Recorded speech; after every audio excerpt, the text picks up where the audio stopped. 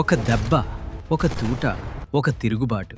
మొట్టమొదటి భారత స్వతంత్ర పోరాటానికి నాంది పలికిన ఆ నిప్పు కణిక ఎవరో తెలుసా? ఆయనే మంగల్ పాండే. 1827లో ఉత్తరప్రదేశ్లో జన్మించిన మంగల్ పాండే తన 22 ఏళ్ల వయసులో బ్రిటిష్ ఈస్ట్ ఇండియా కంపెనీలోని బెంగాల్ నేటివ్ ఇన్ఫాంట్రీలో సిపాయిగా చేరారు.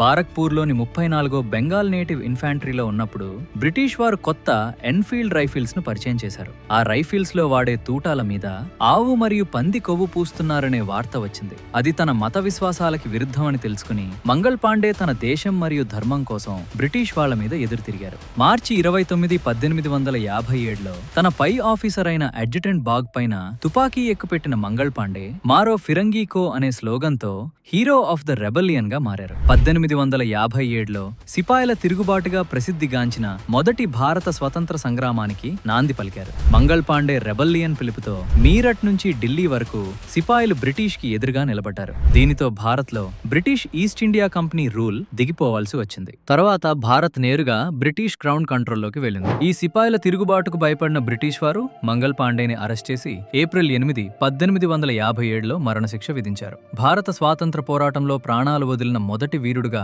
చరిత్ర ఎప్పటికీ ఆయన్ని గుర్తుపెట్టుకుంటూనే ఉంటుంది. జై హింద్. ఇలాంటి రియల్ స్టోరీస్ కోసం లెజెండ్ వాల్ట్ ని సబ్స్క్రైబ్ చేయండి.